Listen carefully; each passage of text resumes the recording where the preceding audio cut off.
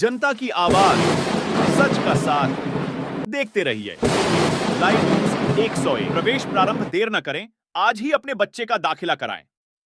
प्रबंधक झामबाबा शिक्षण संस्थान, सुरजूपुर, जलालपुर। संपर्क करें 71842146। देखिए पूरी खबर। अंबेडकर नगर सीट पर मुकाबला काफ़ी रोचक दिखाई दे रहा है। आइए जानते हैं अंबेडकर नगर सीट पर कौन कौन प्रत्याशी चुनाव मैदान में हैं और किसके किसके बीच मुकाबला माना जा रहा है। देखिए पूरी रिपोर्ट। अंबेडकर नगर पश्चिमस लोकसभा क्षेत्र का चुनाव प्रचार सभा पर है। विभिन्न राजनीतिक दलों के प्रत्याशी व समर्थक गांव गांव खाक छान रहे हैं और मतदाताओं को अपने पाले में करने की जुगत में लगे हुए हैं। लेकिन मतदाताओं चुप्पी से प्रत्याशियों की दिल की धड़कनें बढ़ गई हैं। अंबेडकर नगर 55 लोकसभा सीट से कुल 8 प्रत्याशी चुनाव मैदान में है, जिसमें भाजपा से सांसद रितेश पांडे, सपा से पूर्व मंत्री लालजी वर्मा, बसपा से पूर्व नगर पालिका अध्यक्ष हाजी कमर हयात, बहुजन मुक्ति पार्टी से जावेद अहमद सिद्दीकी, मूल निवासी समाज पार्टी से नीलम, भागीदारी पार्टी से राम नरेश, भारतीय शक्ति चेतना पार्टी से विवेक कुमार, पीस पार्टी से सबाना खातून शामिल है। इस सीट पर मुकाबला रोचक व दिलचस्प होना तय है। सपा, भाजपा, बसपा तीनों प्रत्याशियों की प्रतिष्ठा दांव पर लगी हुई है। सभी प्रत्याशी अपने अपने तर्कश से एक दूसरे पर ब्रह्मास्त्र रूपी बाणों की बौछार कर रहे हैं और चुनाव आयोग की सख्ती व गाइडलाइन के चलते सभी प्रत्याशी फूंक फूंक कर कदम रख रहे हैं।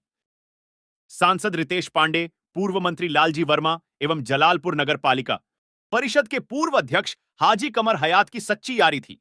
आज तीनों लोगों एक दूसरे के धुर विरोधी हो गए हैं। 2019 के लोकसभा चुनाव में रितेश पांडे को सांसद बनाने के लिए पूर्व मंत्री लालजी वर्मा एवं हाजी कमर हयात ने साथ साथ लगे रहे और काफी मेहनत भी किया था।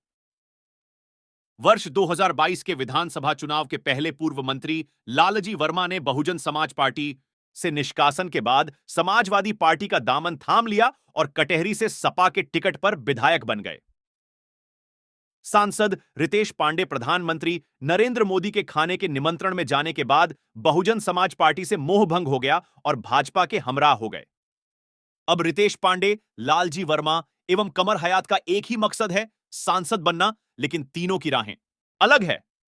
अंबेडकर नगर में भाजपा, सपा एवं बसपा के मध्य त्रिकोणीय मुकाबला होना निश्चित है।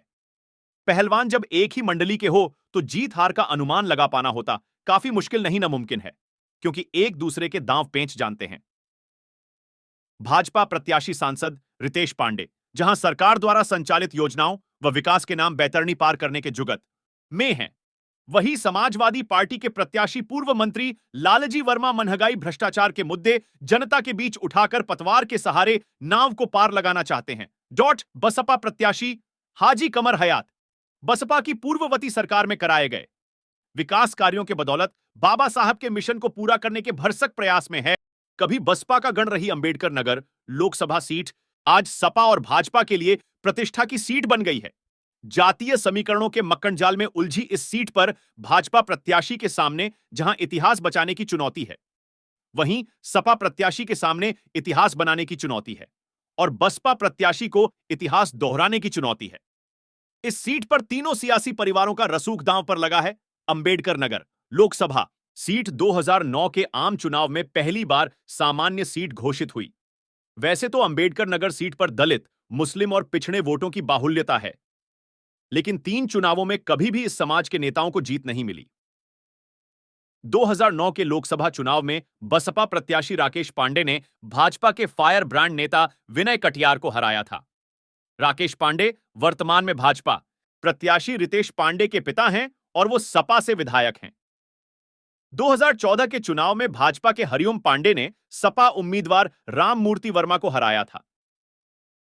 2019 के चुनाव में रितेश पांडे ने भाजपा के मुकुट बिहारी वर्मा को शिकस्त दी थी।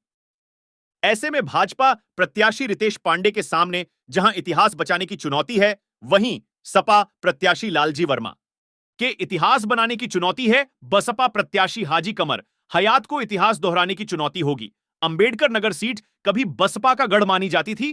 पूर्व मुख्यमंत्री मायावती सांसद भी रह चुकी हैं। इसके बाद 2014 में मोदी लहर में भाजपा ने यहां अपनी जमीन तैयार की और पहली बार जीत दर्ज की। 2014 में भाजपा ने यहां से जीत दर्ज की, लेकिन 2019 लोकसभा चुनाव आते आते कहानी बदल गई। इस चुनाव में बसपा और सपा गठबंधन के तहत अंबेडकर नगर सीट बसपा के खाते में गई और रितेश पांडेय यहां से बसपा सांसद बन गए। इसके बाद आए 2022 के यूपी विधानसभा चुनाव में भी अंबेडकर नगर से भाजपा को निराशा ही हाथ लगी थी। पूरे प्रदेश में बड़े बहुमत के साथ सरकार बनाने जा रही भाजपा को अंबेडकर नगर जिले की सभी 5 सीटों पर हार का सामना करना पड़ा था। समाजवादी पार्टी ने अकबरपुर, अलापुर, जलालपुर, कटेहरी और टांडा सभी विधानसभा सीटों पर परचम लहराया था। अंबेडकर नगर से सपा ने लालजी वर्मा को लोकसभा का टिकट दिया है। लालजी वर्मा कुर्मी बिरादरी के बड़े नेता माने जाते हैं। वहीं भाजपा ने रितेश पांडेय को अंबेडकर नगर से चुनाव मैदान में उतारा है। तीसरी बार सत्ता पर काबिज होने के लिए बीजेपी का पूरा जोर है। 2019 के लोकसभा चुनाव में बीएसपी उम्मीदवार रितेश पांडेय ने जीत दर्ज की थी। उन्हें 5,64,000 वोट मिले थे। वहीं दूसरे स्थान पर रहे उनके निकटतम प्रतिद्वंदी भाजपा के मुकुट बिहारी को 4,68,000 वोटों से संतोष करना पड़ा था। रितेश ने मुकुट को 95,880 वोटों से हराया था। हालांकि इस होने के लिए बीजेपी का पूरा जोर है। 2019 के लोकसभा चुनाव में बीएसपी उम्मीदवार रितेश पांडेय ने जीत दर्ज की थी। उन्हें 5,64,000 वोट मिले थे। वहीं दूसरे स्थान पर रहे उनके निकटतम प्रतिद्वंदी भाजपा के मुकुट बिहारी को 4,68,000 वोटों से संतोष करना पड़ा था। रितेश ने मुकुट को 95,880 वोटों से हराया था। हालांकि इस बार के चुनाव में रितेश पांडेय ने बीजेपी का दामन थाम लिया है और चुनाव मैदान में है। अब की बार अंबेडकर नगर सीट पर किसके सर पर जीत का मुकुट सजेगा, उसको आगामी 25 मई को मतदाता तय करेंगे। रिपोर्ट राम उजागिर चौहान, जलालपुर, अंबेडकर नगर। बाबा बरुआ दास शिक्षण संस्थान, महिला पीजी कॉलेज जलालपुर कुशल शिक्षकों द्वारा शिक्षण शर्त से परीक्षा फल, छात्रवृत्ति, शुल्क प्रतिपूर्ति की सुविधा, शुद्ध पेयजल, वाईफाई, पुस्तकालय, वाचनालय, अन्य सुविधा से लैस अपने बच्चे का दाखिला कराए। प्राचार्य संपर्क करें 73 80 42 14 84। हर छोटी बड़ी ताजी खबरों को देखने के लिए चैनल को सब्सक्राइब, लाइक, कमेंट, शेयर करना ना भूले ताकि अन्य खबरों की अपडेट मिलती रहे। अगली खबर के साथ फिर मिलेंगे। नमस्कार।